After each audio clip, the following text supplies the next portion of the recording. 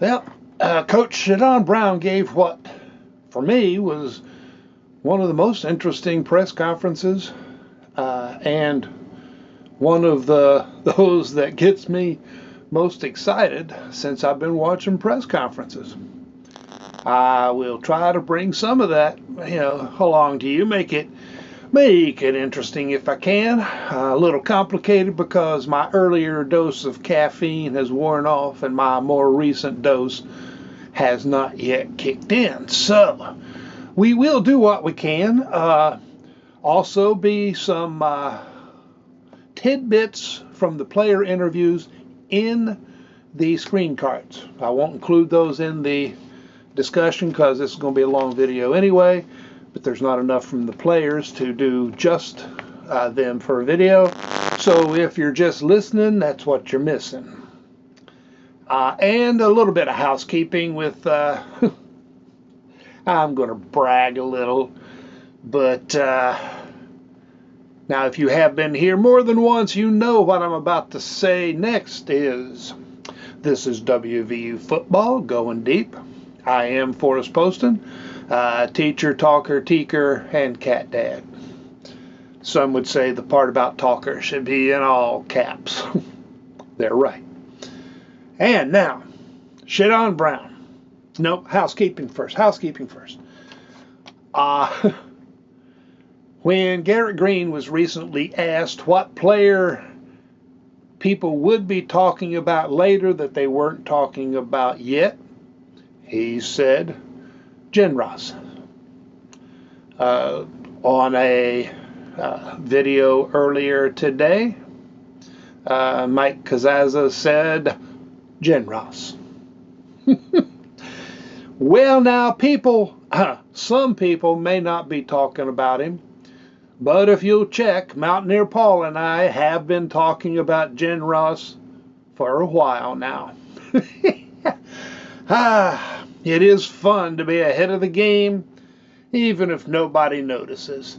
Meanwhile, with our new running backs, Hubbard and Dunbar, I still predict they will both be very good. I said Dunbar was the one, he was my pick, and I thought he would stand out first. And he has been getting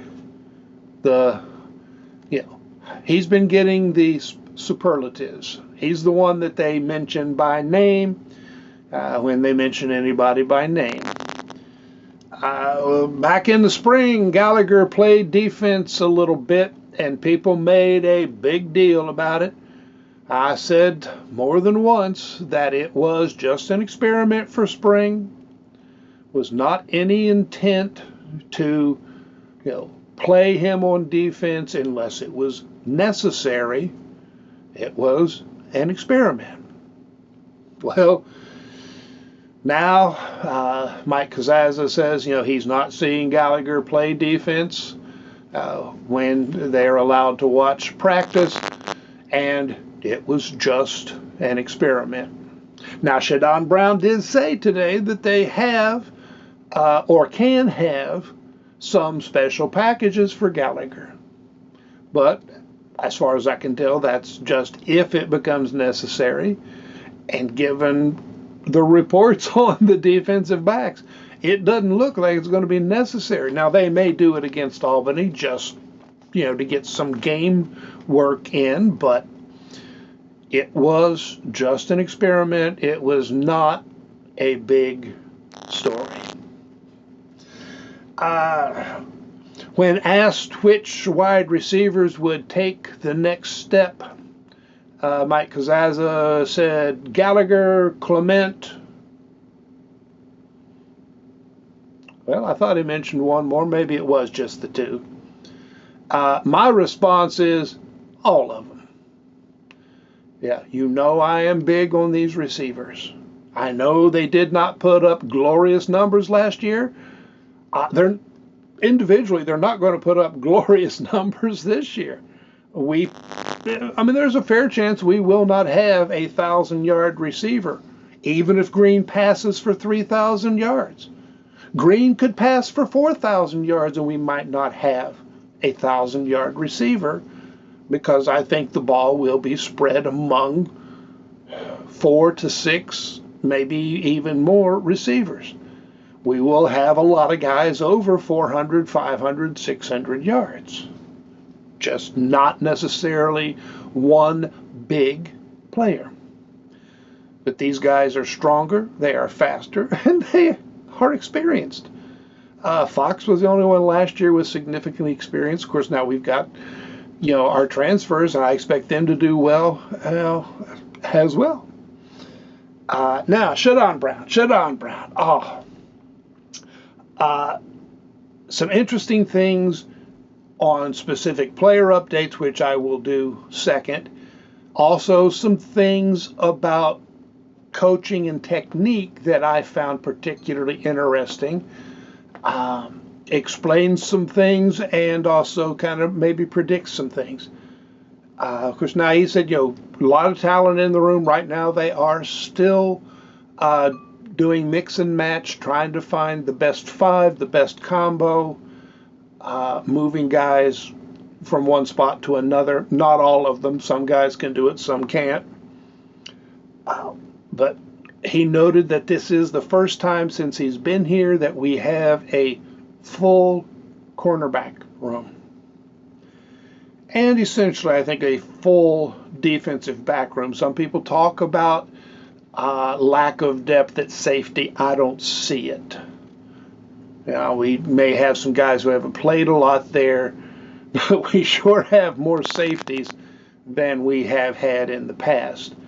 Now, of course, I'm hoping a guy like Jason Cross won't need to play, but if we have to get down to the freshmen, we've got better freshmen than we have usually had in the past.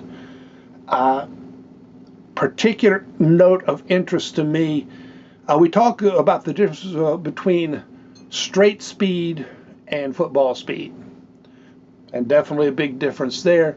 But what Brown talked about was the difference between weight room strength and play strength, particularly for the corners and safeties. Don't think about that a lot for defensive backs, but strength matters. Your ability to knock a receiver off their line, good strong bump and run technique, and to not be pushed out of the way. So strength matters, and strength is getting better everywhere on the team, including the defensive backs.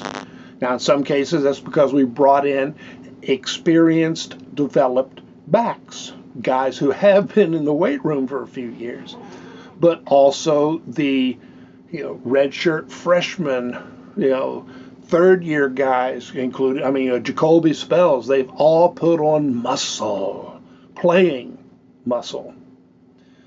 And even the freshmen we're bringing in are largely larger. So moving right in that direction.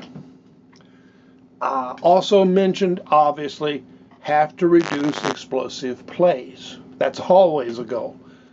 Specifically mentioned, blown plays. Yes, there's always going to be times when a receiver makes a good play, quarterback makes a good throw. You can't always stop things. Sometimes a good player outplays you, but can't just have blown plays. Now, last year there were definitely fewer of those than the year before or the year before. And we had, those years we had a lot of issues in the defensive backfield, mostly because of injuries. Communication, we heard that term before. We've been hearing it for years. Now, it's hard to have good communication if you have players who don't necessarily get along, and I think that was a problem when we had essentially a mixed team. Brown's players and players from the past, and they might have liked each other, they might have not, or they might have just not fit well. But particularly ShaDon Brown with this group, is talking about communicating loudly, oomph in the voice. Can't use your church voice, if by that you mean a whisper voice. I have been at some church meetings where the talking was not quiet.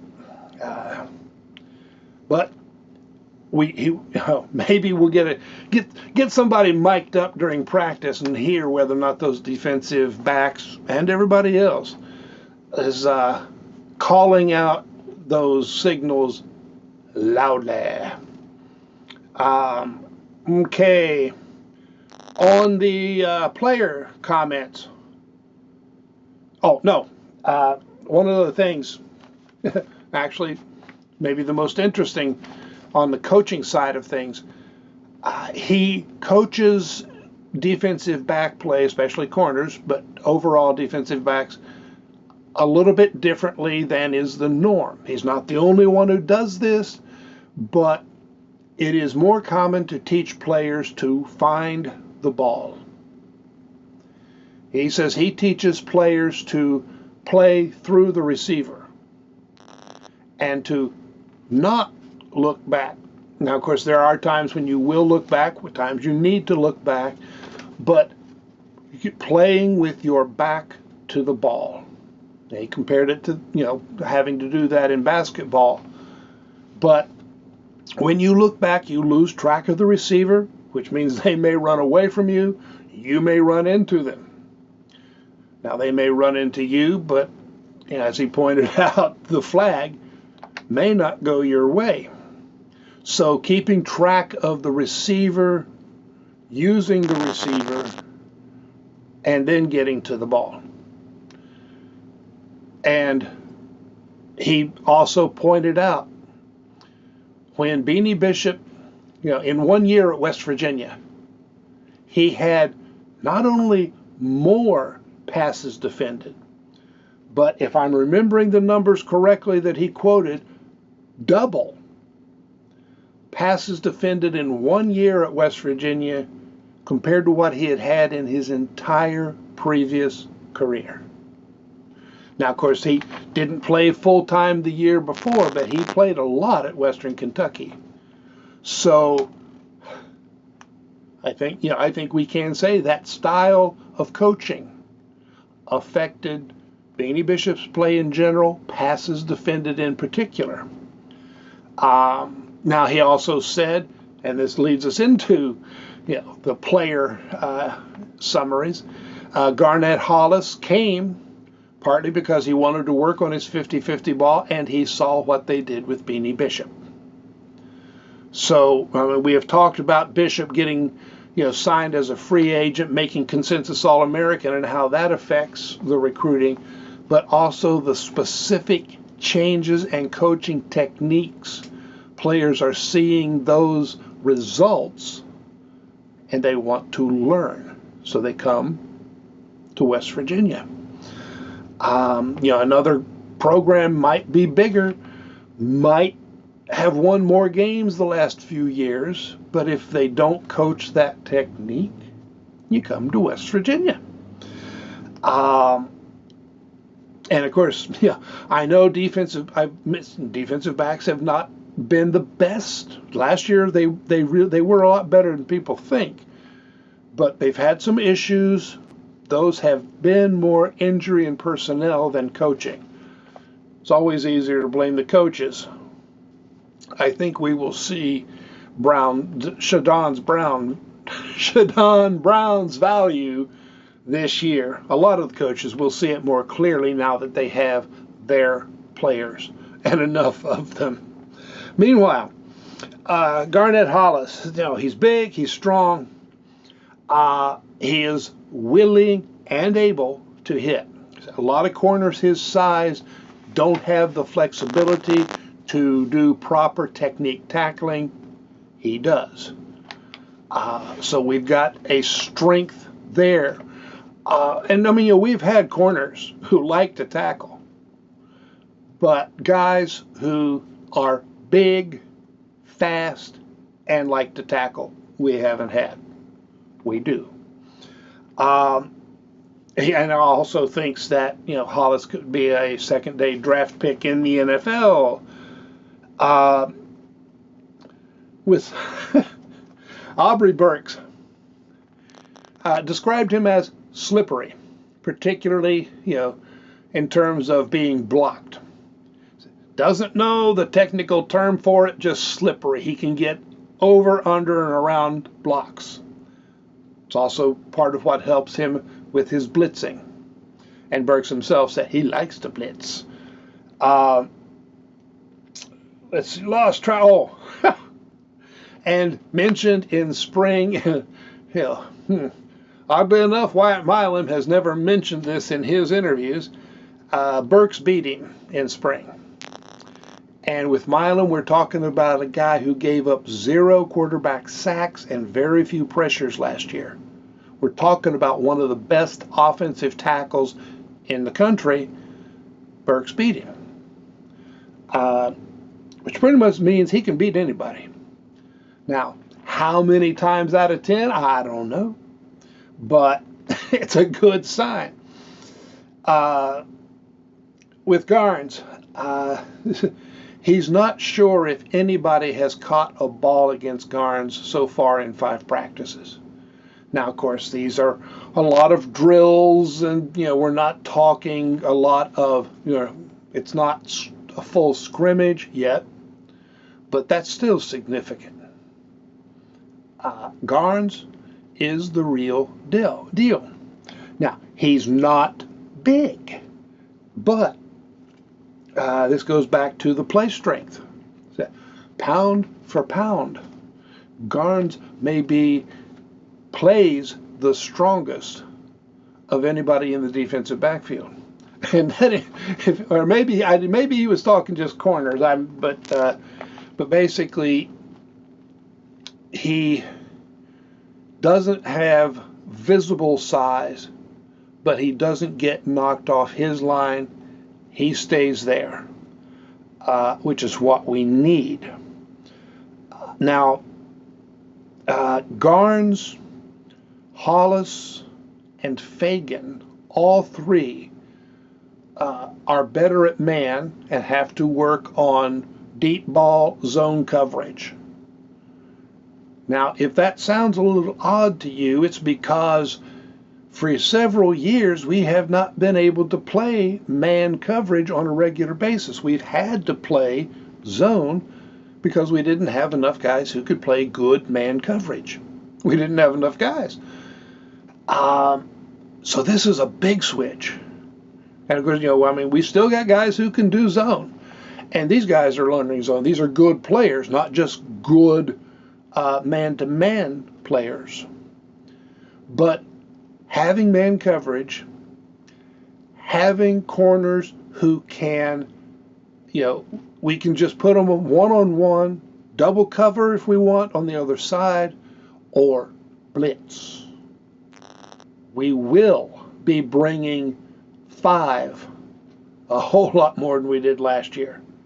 Sometimes we'll bring 6. We may bring 7. 5, you will see a lot. Now, last year, it was 3 and 4. It was rarely 5. We were doing well with 4, but we got pressure a lot. And even though we got the most sacks in the Big 12, we didn't get as many as we should have. With the amount of pressure we were getting, should have had more sacks. Now, always key to keep the quarterback in the pocket, and that will still be key, but I think we got the guys who can and will do that. So look forward. I've said this over and over again. Look forward to more of a pressure defense and an exciting defense that forces turnovers. Anthony Wilson, and I love that Burks calls him Ant. He looks like he could carry several times his body weight, which is what an ant can do. But has improved a ton, and we're back to weight on coverage, which is what he needed to work on. We all knew that. but pointed out, he's 5'9". He's got the arms of a guy who's 5'9", which means if he makes a mistake, he doesn't have the reach to compensate. So he has to get body position, get it from the beginning, maintain it the entire way. He understands that. He now understands how important it is, and he's getting better at it. He's a good player. He's a smart player. When you have a player who can identify the problems and fix them, that's what you want. And somewhere in the fall camp, 5'9" Anthony Wilson made the play against 6'7" Cole Taylor. If he can make the play against Cole Taylor, he can do it against almost anybody in college football. So, I've always liked the way he plays, and if he can fix his primary weakness, he is going to be very good. Currently listed as the starter, will he start? Don't know. We've got a lot of quality at that position. He will play a lot. Whoever the number 2, number 1, both of those guys are going to play a lot of ball in a lot of different formations. Let's see. Mentioned Fagan's currently better at the bump and run man-to-man. Tarnu, good ball skills, and saw that in his film. He played some safety at Jacksonville State, but mostly corner. Perspective is different at safety. So right now he is learning to see the field like a safety instead of like a corner. When he makes that transition, the ball skills kick back in. Looks to do a lot of playing. Again, who's going to start, who's going to play how much, don't know. But a lot of guys are going to play. Younger guys, like everybody, he mentioned Zay Jennings. Zay Jennings, he's physical, and yes, he makes mistakes because he's young. He makes his mistakes at full speed. And somehow, he said, the ball always finds him. He ends up where the ball is. Now, I'm comparing that, just for sake of comparison, to Lee Koba. Lee Koba made his mistakes at full speed. Problem was, he made the same mistakes at full speed over and over again, and often did not find the ball. The ball went past him way too much. I had very high hopes for his senior year. If he had fixed that one problem, he would be in an NFL camp right now. Possibly drafted, not just a free agent. I expect Jennings to fix that problem. I expect him to learn from his mistakes. All indications are that he is a smart player. Football IQ. That is something the coaches look for when they're recruiting. And I don't think they're going to take a player who doesn't show signs of it. Can't always get it right, but I think it is what they're looking for. So Jennings, he will probably play special teams, but I expect him to get in enough at Spear, maybe some safety, probably burn his red shirt. Most of the freshmen, if they burn their red shirt, it'll be on special teams. Jennings will play. The second guy he mentioned was the surprise, and that was Keon Washington.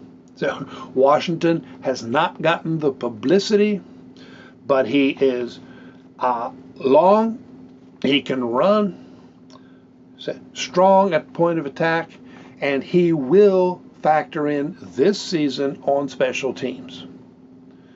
Didn't sound like he's likely to play defense yet, but he will be a factor on defense somewhere down the road. The question of who will we be talking about that we're not talking about might be Keon Washington, but now we're talking about him, which is, of course, one of those great ironies.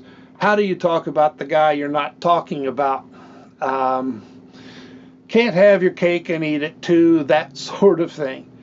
But, I mean, the things that ShaDon Brown said about specific players and about technique got me more excited than I was.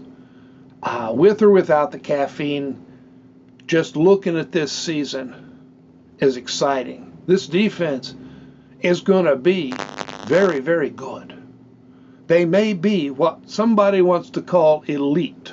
I don't have a definition for elite. They will be one of the best in the Big 12. They might be the best in the Big 12. That probably would be pretty elite. Don't sleep on this team. Don't sleep on this offense. Now, if you forgot to read the cards about what the C.J. Donaldson and Aubrey Burks had to say in their press conferences, you can go back and check out those. In the meantime, there will be more coming, so I'll be talking to you later. In the meantime, I think the cats would like to be fed. Thanks for watching, and so long.